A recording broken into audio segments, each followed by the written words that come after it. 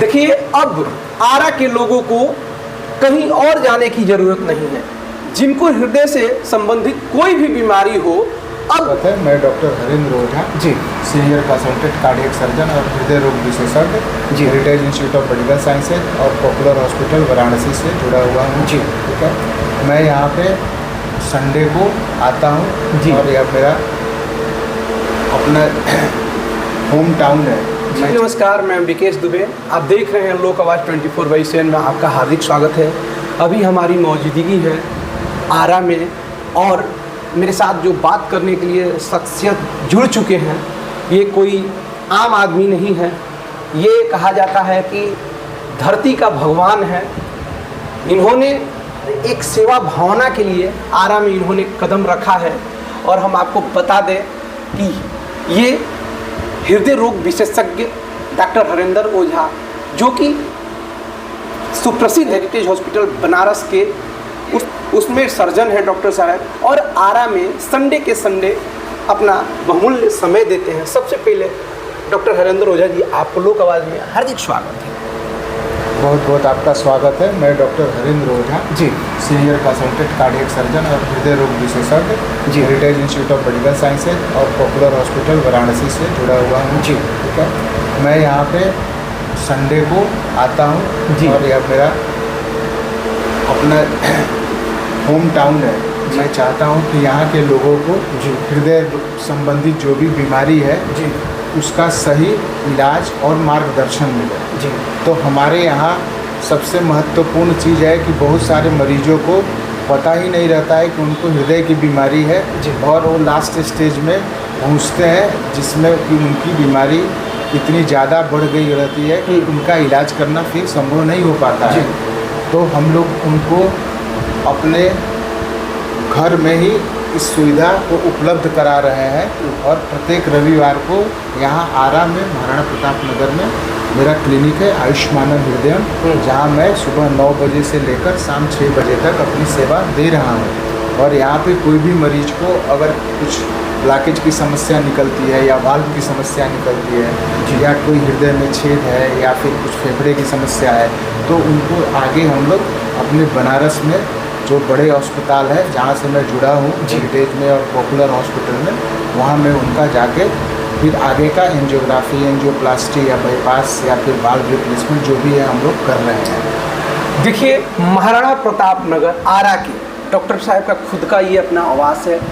ये महाराणा प्रताप नगर है। आप चंदवा से आते हैं, पुरानी नई पुलिस लाइन होके तो मंदिर है। मंदिर से थोड़ा सा आगे बढ़ते, कौन सा मंदिर है, कौन भगवान का मंदिर है डॉक्टर? हनुमान जी का मंदिर है। थोड़ा सा आगे बढ़ते हैं आपको कतिरा के तरफ, तो इस जस्ट मंदिर से 10 कदम आगे पर आयुष्मान हृदयम क्लिनिक है, डॉक्टर हरेंद्र ओझा जी के नाम से। डॉक्टर साहब, शुरुआती हृदय रोग का लक्षण क्या क्या होता है? जनरली हृदय रोग के जो मुख्य लक्षण है जी कि चलने पे छाती में दर्द होना जी या चलने पे सांस फूलना जी या फिर आपको लेटने पे सांस फूलना जी या कुछ पेशेंट्स को चक्कर आना जी, ये सब शुरुआती लक्षण होते हैं। अब इसके लिए हम लोग यहाँ पे प्राइमरी स्क्रीनिंग टेस्ट उनका कर लेते हैं, जैसे फिजिकल एग्जामिनेशन और ईसीजी, इको और होल्टर, ये हमारे यहाँ व्यवस्था है। तो ये जांच करके हम पता लगा लेते हैं कि इस पेशेंट को कौन सा हृदय का बीमारी है, ब्लॉकेज की समस्या है कि वाल्व की समस्या है कि हृदय में कोई छेद है या फिर इसको कोई हृदय की जो इलेक्ट्रिकल वायरिंग होता है जिसको हम लोग बोलते हैं पेसिंग का प्रॉब्लम है। तो उसके आधार पे हम लोग पेशेंट को ट्राइज कर लेते हैं और फिर उनको आगे के इलाज के लिए वहाँ पे बनारस में अपने बड़े हॉस्पिटल जहाँ हम लोग 2-3 हॉस्पिटल से जुड़े हुए हैं वहाँ बुला के उनका आगे का एंजियोग्राफी या फिर पेसमेकर लगाना या फिर एंजियोप्लास्टी करना या बाईपास करना या वाल्व रिप्लेसमेंट करना हम लोग। हृदय रोगियों को कब सर्जरी की ज़रूरत पड़ती है?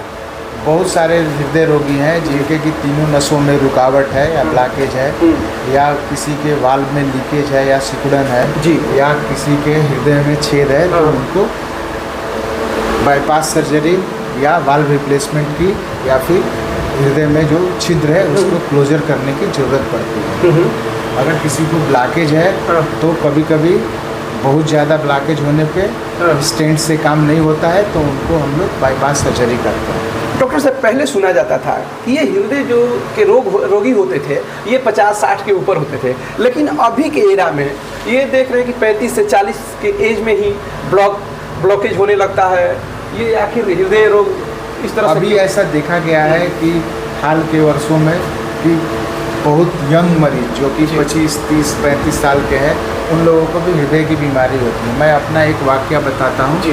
जब मैं एक बड़े हॉस्पिटल में काम करता था तो एक मरीज़ था, मेरे पास आया था, उसकी उम्र जस्ट 27 साल थी जी। और उसके हृदय के जो मुख्य नस थी उसमें 2 मुख्य नसों में 95% का ब्लॉकेज था और एक मुख्य नस में 60% का ब्लॉकेज था जी। और उसकी डायबिटीज़ की भी बीमारी थी और हम लोगों ने उसको बाईपास किया और पेशेंट पूरी तरह से फिर अपने नॉर्मल रूटीन लाइफ को जीने लगा।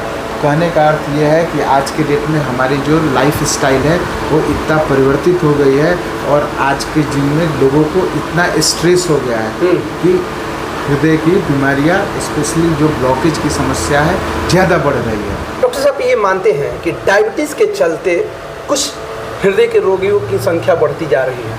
हाँ, डायबिटीज ऑब्वियसली आपके हृदय रोगों को बढ़ा देता है, ब्लॉकेज की समस्या को भी बढ़ाता है और वाल्व के डिजेनरेशन के समस्या को भी बढ़ाता है और आपके वाल्व जो हमारा हृदय है उसके जो इलेक्ट्रिक वायर्स होते हैं उनको भी डिजेनरेट करता है। तो तीनों तरह के प्रॉब्लम को बढ़ा सकता है। अभी युवा जो है धड़ल्ले से स्मोकिंग कर रहे हैं, क्या आपको लगता है कि स्मोकिंग के चलते भी हृदय रोग बढ़ रहे हैं, हृदय रोग का खतरा बढ़ रहा है? स्मोकिंग जो है हृदय रोग के खतरा को कई गुना तक बढ़ा सकता है, स्पेशली आपके ब्लॉकेज की समस्या को सबसे ज़्यादा बढ़ाता है। इसलिए स्मोकिंग तो नहीं ही करना चाहिए। अगर जो लोग भी कर रहे हैं उसके लिए कोई सब्स्टिट्यूट जैसे निकोटीन गम इसका उपयोग करें। जी, यही मेरा। ये वाइन वाले लोगों की?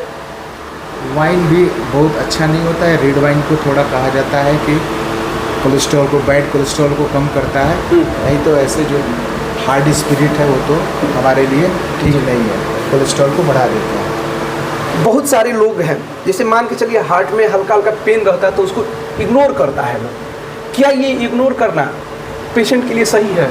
नहीं, कभी भी अगर हार्ट में अगर कुछ प्रॉब्लम ऐसा आपको महसूस हो रहा है, चलने पे छाती में दर्द होता है या चलने में पेट में गैस बनती है, डकार आता है, उसके बाद आपको आराम मिल जाता है, तो बार बार जो गैस आती है उसको कभी भी इग्नोर नहीं करना है। ये बहुत बार हृदय में जो हमारी जो नसें हैं उसमें ब्लॉकेज का एक शुरुआती लक्षण है जी। तो इसको कभी भी आप इग्नोर मत करिए। अपने जो निकटतम कार्डियोलॉजिस्ट है उनसे संपर्क कीजिए और थॉरोली एक बार टेस्ट कराइए। डॉक्टर साहब, जिस पेशेंट को डायबिटीज़ है उसको किस तरह से मतलब कि रहना चाहिए, क्या क्या उसको बचाव करना चाहिए ताकि उसको हृदय रोग ना हो?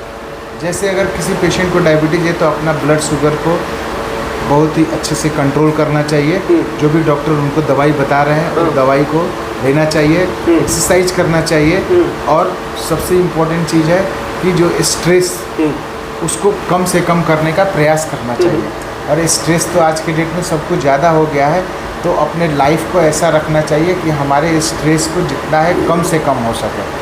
उसको स्ट्रेस कम करने का मुख्य जो जरिया है ये है कि हम अपने काम के ऊपर ज़्यादा ध्यान दें, उसके रिजल्ट्स के ऊपर ज़्यादा ध्यान नहीं दें। जैसे गीता में कहा गया है, अगर आप अपना काम करेंगे, रिजल्ट्स के ऊपर ज़्यादा फोकस नहीं करेंगे तो काम भी आपका अच्छा होगा और आपको टेंशन भी नहीं होगा। जिसका हार्ट 80% ब्लॉकेज हो गया है, क्या वो मेडिसिन से खुल सकता है? नहीं, मेडिसिन से तो कोई भी ब्लॉकेज खुलता नहीं है। दवाई से बस एक ही चीज़ रहता है कि उस ब्लॉकेज को आगे बढ़ने से रोका जा सकता है कुछ समय के लिए। ऐसा भी वो गारंटी नहीं दे सकते हैं कि वो ब्लॉकेज नहीं बढ़ेगा, लेकिन जनरली दवाई खाने से हो सकता है कि उसके जो ब्लॉकेज बढ़ने की जो रफ्तार है वो थोड़ी धीमी हो जाए। लेकिन ब्लॉकेज को किसी भी दवा से खोला नहीं जा सकता है, चाहे वो अंग्रेजी दवाई हो या फिर आयुर्वेदिक दवाई हो। जो हार्ट के पेशेंट हैं उनके लिए आप क्या सजेशन देना चाहते हैं?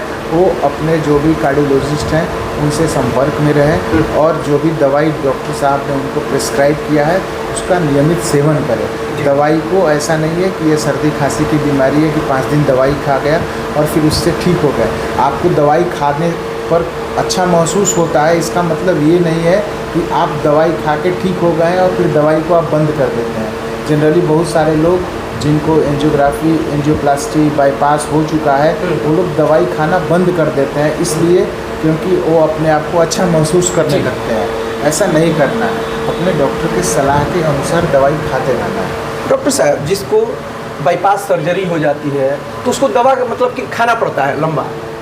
जनरली किसी को अगर बाईपास होता है तो दवा तो बहुत कम मात्रा में, लेकिन कोलेस्ट्रॉल कम करने की दवाई और खून पतला करने की 1-2 दवाई चलती रहती है। क्या वो किडनी पे इफेक्ट नहीं डालता है? नहीं, किडनी पे इफेक्ट बहुत